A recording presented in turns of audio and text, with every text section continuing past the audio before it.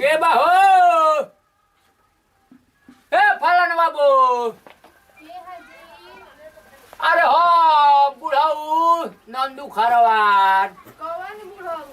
तारा माई के दमाद आय नहीं कुछ नहीं नाही बोला बु तब नु ना खोलन केहू नहीं खे केहू नहीं खे तार मारदा हो फल चरावे आ तार बाबूजी खेते देवरू पढ़े आ तार ननकी देवा का कहले हो ननदी बड़ी बड़ी खेले केहू नहीं खे नाही साचो साचो ते बारे खोलन ना ना खोलन केहू नहीं खे अरे खोलो काम बतानी मनी ना खुली जी केहू घर में नहीं खे खोलो ना हो केहू नहीं खे जी अरे हो मोटर कुदारी लेबे के बा हमर गेड़ा टूटल बा पानी मोय लागो ताकि बह जाई अच्छा ठीक है बताओ अरे गिरल हो आ माटावा कुदारी लेबे के चाचा प्रणाम खुश रह खुश केहू नहीं केहू नहीं चाचा सब केहू चल गए बन खेत रह केहू नहीं खेते बारे व्यवस्था गेटवा काहे के बंद करतन जी रह ना का रहा ना गेटवा काहे खोलतन जी अरे रह ना बा ए, खोल। ए लिया कुदरिया लिया वा अरे बाप रे बाप को होइए ना कुछ रे दाल दे हमरा त बुझाता कि काम बनल ये बड़ा त लाठी में तेल पियाही के पड़ी रे दादा ए आइबो अरे यार एक बूढ़ा घर में क्यों है नहीं कि बूढ़ा घर में आकर बैठे समझ नहीं किया जग कुदारी के रख दी कि ना दी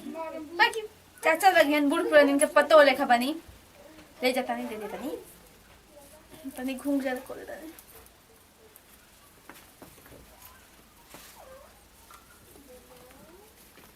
लागत है कि मिजाज टनटना गई हाय हाय हाय हाय आवो ना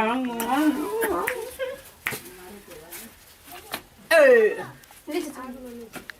डाल के दे तनी और कुछ आए अरे हाथ काहे पकड़ लीजिए बात अरे मेरे तू नहीं अरे बा ये कुल क्या करते जी कुछ नहीं की करत हो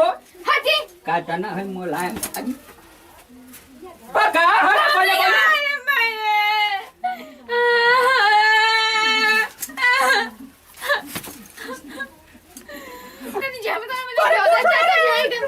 लाज में खिला कर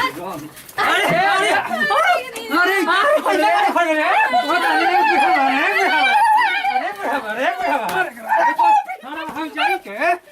अरे भौजाई के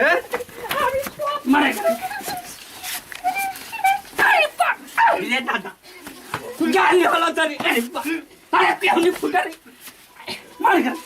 अरे हमारे घर में आई रहल रे ना ना आई के हमर में छड़तल रे होई देख छिल कुटवा बन के आइल पड़े रे अरे होम ना देना है ना भागे तेरे घर में चल बाहर निकल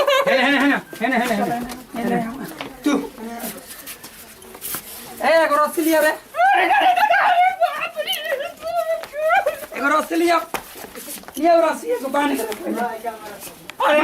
कुछ ना कोई नहीं रस्सी बांध के रहा कुछ ना ये बोली ले रस्सी ले रस्सी लिया कुछ ना कोई नहीं रस्सी लिया अरे कुछ ना कोई नहीं और क्या करता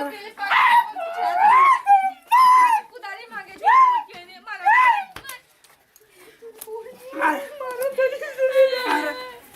क्या बात है कुदारी दे दे कुलिया रस्सी लिया रस्सी लिया रस्सी लिया रस्सी लिया रस्सी लिया रस्सी लिया रस्सी लिया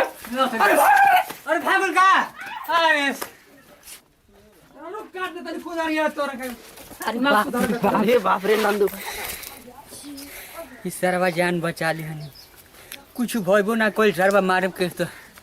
टूठा फाड़ देला सारी बाप रे बाप ऐसन कइल ना जाई काम आई हो अरे सरवा गोड़ हाथ टूट देला से हे भगवान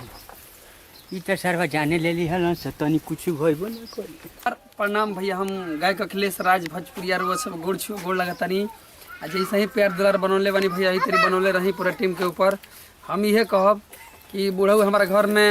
हमारे परिवार रहुए एक बार घुस गुला हम आई कुदारी के बहाना गुल हम बलात्कार कर हमर मुंह के मरम नो के जे बैठ जीव बताओ जे कमेंट में जल्दी खून भी आता नमस्कार प्रणाम सब भोजपुरिया भाई लोग के गोड़ चुके गोड़ लागत हम सिंगर नंदू खरवार कुछ ना कोई है एकरा मेहरारू से कुदारी मांगत रहनी ना देला से साला मरवा देला से देवरे फटार ले हमरा उतना सुंदर मेहरारू के तू भौजाई के भैया के मेहरारू के तू कुदारी मांग रहा कुछ मोबाइल में देखते हो सोचे तभी अखाड़ सोचे नमस्कार प्रणाम सब भोजपुरी समाज की गोड़ हम शिवानी सिंह देखा था जना ऐसे करता नहीं बुढ़वा जाके कुदारी मांगे हम कुदारी मांगत जाके कुदारी नहीं तो रेप करे के कोशिश कर दिले लेकिन हमारे परिवार आके हमरा के बचा ले ओकरा बाद ने खूब अच्छे तरीके से कूट दिले और ये वीडियो को ज्यादा से ज्यादा शेयर कर सब्सक्राइब करिए और कमेंट करके बताएं कि वीडियो बगल में जो घंटी है तो दबा देव जा ऐसे नहीं गलती जब करो मत। जय हिंद जय भारत जय भोजपुरिया समाज।